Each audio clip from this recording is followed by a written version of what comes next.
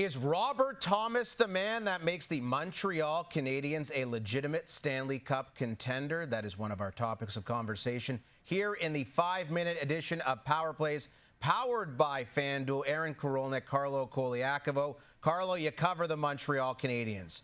Would Robert Thomas put them over the top? And if so, what should they give up for him? Yeah, if Robert Thomas is a guy that most people are speculating to be traded, the Montreal Canadiens should be absolutely all over it. And you're talking about a 26-year-old center iceman that's got 6 years left on his contract. And you have a 1-2 punch of Suzuki and Thomas that makes you really legit in your top six. Now, you ask what the package would be. Well, St. Louis is not just going to give him away. They're going to look for a significant package. And I think it has to include some really promising young prospects that the Montreal Canadiens have. You got to look at Oliver Kapanen, who's centering that second line right now and has formed a really good second line with Slavkovsky and with Demidov. Maybe you got to look at Michael Hage, a Team Canada World Junior standout. David Reinbacher, the young promising defenseman. Maybe you throw in a roster player in like Kirby Dach. Plus, it's going to include a first-round pick that the Montreal Canadiens definitely have and can afford to give away. Look, this is the year. You look at the Eastern Conference, the Montreal put themselves in a great position to take a great run at a guy like Robert Thomas. Montreal clearly should be a buyer ahead of the deadline. The Maple Leafs, however, the exact opposite. And their number one piece to be moved is Bobby McMann, a pending UFA. Would you consider paying Bobby McMann $5 million per season if you were the Leafs, or would you look to move on?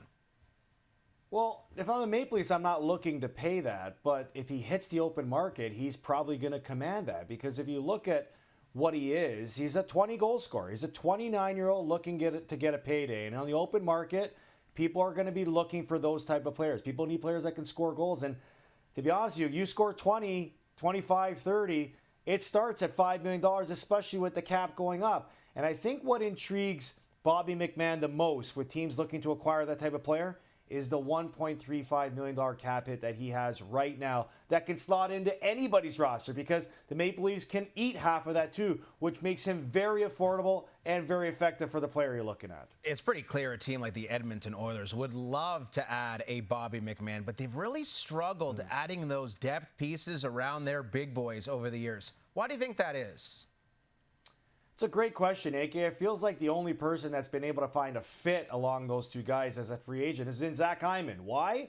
Because he's understood the role that it's taken to play alongside a guy like McDavid or Draisaitl. Look, it's been proven that it's probably hard to play along those two guys because they play at a different level. They think the game at a different speed. Just look at the guys that they've tried over the recent years. Jeff Skinner, Andrew Mangiapane as of recent, Victor Arvidsson, Adam Henrique. The list goes on and on. Trent Frederick was a guy they tried to put on their depth to fill out their depth. He struggled there. So you would think that the Edmonton Oilers playing along those two guys would be players that were looking to thrive and find a second chance. They've had some struggles there, and they've got to find a way to fix it. Massive game tonight. Buffalo and Vegas. Jack Eichel returning to the team that drafted him. And yet, you look at these two teams, Coco, they might be going in dramatically different directions. Who do you think's better between the Sabres and the Golden Knights? Well, playing better for sure now is the Buffalo Sabres, and I am absolutely thrilled to see them finally taking that next step after 15 years of not making the playoffs.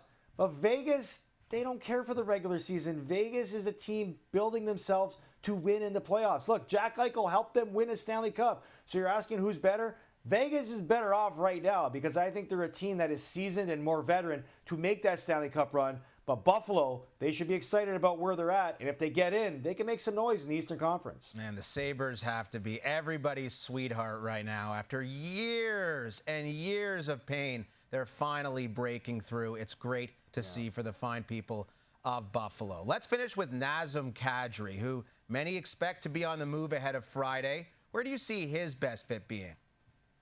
Well, the best fit for Nazem Kadri is a place he's very familiar with, and that's the Colorado Avalanche. There's comfort there. The team knows the player knows the team. They've won a Stanley Cup together. He slides right in seamlessly. And, that maybe he moves he becomes a third-line center for them. But a couple other places to look at. Tampa Bay Lightning can slide right in their second line there, move Cirelli down. The Carolina Hurricanes, Logan Stankoven right now is their second-line center iceman. and the Detroit Red Wings. Detroit Red Wings, a team that is primed to make the playoffs again. You add a Nazem Kadri to that lineup, that would motivate him and the team. So a lot of good places, but Colorado, to me, is the best fit. Tons of intrigue ahead of Friday's trade deadline. Thank you for this, Coco. This has been Power Plays, powered by FanDuel.